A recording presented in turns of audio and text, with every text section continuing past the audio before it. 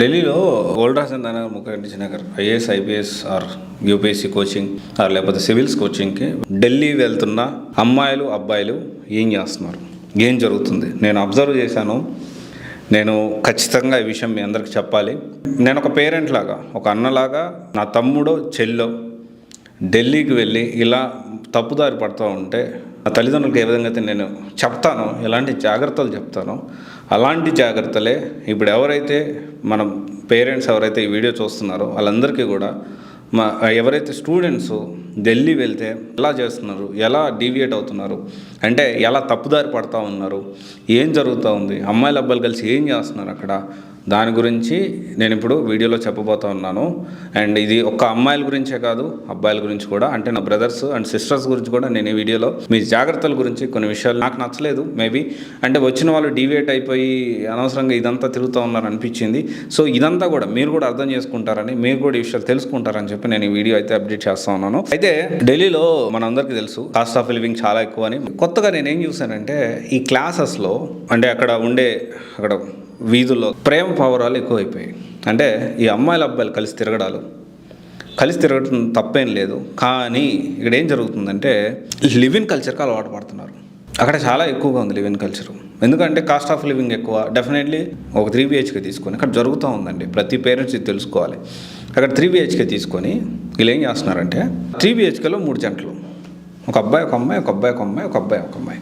వీళ్ళందరూ ఎందుకు వెళ్ళారంటే ఢిల్లీకి, వీళ్ళందరినీ వీళ్ళ పేరెంట్స్ తల్లిదండ్రులు ఎందుకు పంపించారంటే, మంచిగా మా వాడు కష్టపడి చదివి ఒక IAS IPS అవుతాడు, ఒక మంచి సివిల్ సర్వెంట్ అవుతాడు, ఒక మంచి UPSC ర్యాంక్ సాధిస్తాడు, మాకు పేరు తీసుకొస్తాడు, పిల్లోడు కూడా మంచిగా లైఫ్లో సెటిల్ అవుతాడు, అమ్మాయి కూడా బాగా లైఫ్లో సెటిల్ అవుతుంది అని మన తెలుగు రాష్ట్రాల నుంచి ఎవరైతే పంపిస్తూ ఉన్నారో పేరెంట్స్, ఎవరైతే వెళ్తూ ఉన్నారో స్టూడెంట్స్, వాళ్ళందరూ అక్కడికి వెళ్ళిపోయి అక్కడ లివ్ ఇన్ కల్చర్ అలవాటు పడి క్లాసులు మరిచి ఈ పేరెంట్స్ పంపించిన డబ్బులు కూడా వాళ్ళు మిస్యూజ్ చేసుకుంటూ, ఇది మొత్తం ఓవరాల్గా అమ్మాయిలు అయితే మరీ దారుణంగా, కొంతమంది, అందరూ కాదు, కొంతమంది మంచిగానే ఉంటున్నారు. ఢిల్లీ వెళ్ళిన వాళ్ళు మంచిగా వెళ్ళి వాళ్ళు ఫోకస్డ్గా వెళ్ళిన వాళ్ళ తల్లిదండ్రుల కష్టాన్ని మర్చిపోకుండా డీటెయిల్గా వాళ్ళు బాగా కష్టపడుతూ, అరే మా నాన్న కష్టపడి డబ్బులు పంపిస్తున్నాడు అని కొంతమంది అమ్మాయిలు ఉంటే, ఇంకొంతమంది అమ్మాయిలు అయితే అక్కడ కల్చర్కి అలవాటు పడి ఆ డ్రెస్సింగ్ స్టైల్ మారిపోయి పొట్టి బట్టలు వేసుకుంటూ, నేను ఎందుకు ఈ మాట మాట్లాడుతున్నానంటే పొట్టి బట్టలు వేసుకోవడం తప్పు కాదు కదా అంటే, డెఫినెట్లీ ఇక్కడ తప్పు ఒప్పు అని నేను చెప్పట్లేదు. అలవాటు లేకపోయినా అలవాటు చేసుకుంటున్నారు, ఇది నేను చెప్పదలుచుకున్నాను. పొట్టి బట్టలు వేసుకుంటే తప్పు అని నేను చెప్పను, అలాగని ఒప్పు అని నేను చెప్పను. ఎందుకంటే నా పాయింట్ ఆఫ్ వ్యూ ఏంటి అంటే, డెఫినెట్లీ అది చూసే దృక్పథం మీద, అంటే డ్రెస్సింగ్ సెన్స్ అనేది, ఒక అమ్మాయి డ్రెస్సింగ్ సెన్స్ అనేది ఎప్పుడు మనం కమెంట్ చేయొచ్చు, చూసే దృక్పథం బట్టి ఉంటుంది, అంటే చూసే కోణం బట్టి ఉంటుంది. మనకి ఎలాంటి ఉద్దేశం లేనప్పుడు వాళ్ళు ఇప్పుడు చిన్న పిల్లలు ముద్దుగా వేసుకుంటారు, మనకి మళ్ళీ క్యూట్గా అనిపిస్తారు, కానీ వేరే భావం అనేది మనకు రాదు, అది చూసే కోణంలో ఉంటుంది. కానీ ఇక్కడ ఏమవుతుందంటే లేనిపోని వెస్ట్రన్ కల్చర్ని, మనకు అలవాటు లేని కల్చర్ని, చాలా ట్రెడిషనల్గా ఉండే అమ్మాయిలు కూడా ఇక్కడికి వచ్చి చాలామంది ఈ వెస్ట్రన్ కల్చర్కి అలవాటు పడుతున్నారు. వెస్ట్రన్ కల్చర్ అంటే ఏంటి, ఒక బట్టలు వేసుకోవడం ఒకటే కాదు, పబ్బులకు వెళ్ళడం, రెస్టారెంట్కి వెళ్ళడం, తాగడం, తిరగడం, అంటే ఇవన్నీ UPSC కోచింగ్ వచ్చే స్టూడెంట్స్ చేస్తూ ఉన్నారండి. అంటే ఏమో చేస్తున్నారేమో, అక్కడ ఎన్వైర్న్మెంట్ అయితే అలాగే ఉంది, మీరు క్రాస్ వెరిఫై చేసుకోవాల్సిన అవసరం ఉంది. అక్కడ ఎన్వైర్న్మెంట్ అయితే చాలా డిఫరెంట్గా ఉంది. అండ్ ఇంకోటి వచ్చేసి, అంటే ఇక్కడ నేను ఖచ్చితంగా బల్లబుద్ధి IAS IPS కోచింగ్కి వెళ్ళే ప్రతి అమ్మాయి ఇలాగే చేస్తుంది, ప్రతి అబ్బాయి ఇలాగే చేస్తున్నా అని చెప్పట్లేదు. అలాంటి వాతావరణం ఉంది, కొంతమంది ఇలా చేస్తున్నారని నాకు అనిపిస్తూ ఉంది. నేను వెళ్ళినప్పుడు కూడా నేను ఇది అబ్జర్వ్ చేశాను ఢిల్లీలో. వెరీ రీసెంట్గా నేను 10 రోజుల ముందే వచ్చా. ఏది మన ఇంటర్వ్యూస్, UPSC ఇంటర్వ్యూస్ జరిగేటప్పుడు ఈ IAS IPS కోసం ఏదైతే ఇంటర్వ్యూస్ జరుగుతాయో వాళ్ళందరినీ కలిసి, దాంతోపాటు అక్కడ ఇన్స్టిట్యూట్లు ఎలా ఉన్నాయి, పిల్లలు ఎలా ఉన్నారు, ఎన్వైర్న్మెంట్ అటు వాతావరణం ఎలా ఉంది, అండ్ మన ఆంధ్ర భవన్, తెలంగాణ భవన్ ఎలా ఉంది, అక్కడ మనం ఇంటర్వ్యూస్కి వెళ్తే ఎలా సపోర్ట్ చేస్తారు, అండ్ అంతా కూడా నేను అబ్జర్వ్ చేయడానికి ఒక పేరెంట్ లాగా, ఒక గార్డియన్ లాగా, ఒక అన్నలాగా అన్నీ వెళ్ళి కనుక్కున్నాను. నేను అంతా కూడా అబ్జర్వ్ చేసిన తర్వాత మీకు ఇది నేను అప్డేట్ చేస్తా ఉన్నాను.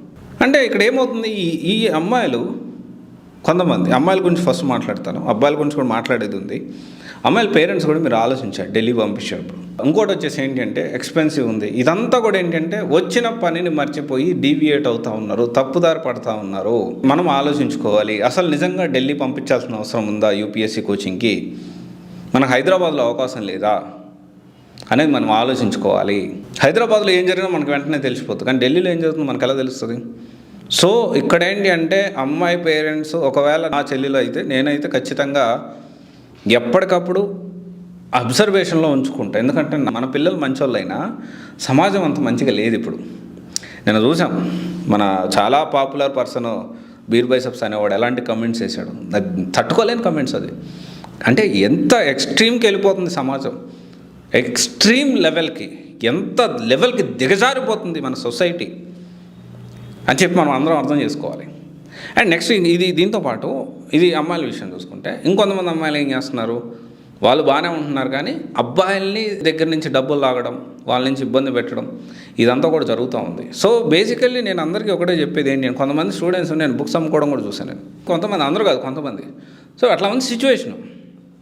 సో అయితే ప్రతి ఒక్కరు కూడా ఢిల్లీలో ఐఏఎస్ ఐపీఎస్ కోచింగ్ కోసం ఢిల్లీలో వెళ్ళాలనుకునే వాళ్ళందరూ ఇదంతా కూడా మీరు తెలుసుకోండి, తగిన జాగ్రత్తలు తీసుకోండి.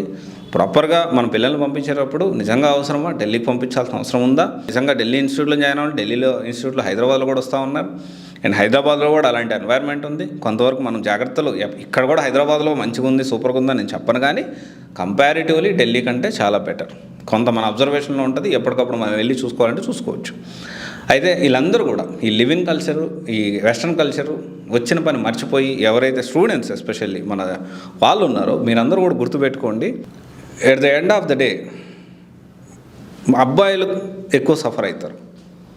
అమ్మాయిలు ఒకవేళ సక్సెస్ కాకపోతే ఎవరైతే సక్సెస్ అవుతారో వాళ్ళని చూసి పెళ్లి చేసుకుంటారు. కానీ అబ్బాయిల పరిస్థితి అలా కాదు.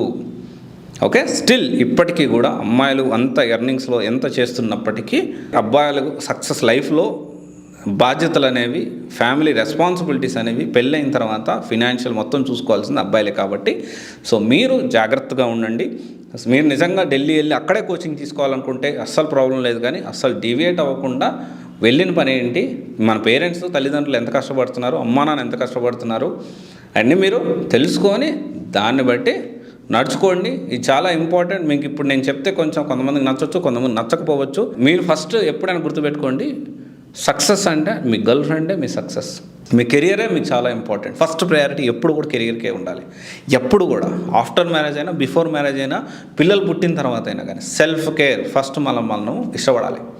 ఓకే, మనల్ని మనం ఇష్టపడాలి, అది చాలా ఇంపార్టెంట్. ఓకే, ఇది ఒకసారి ఆలోచించండి.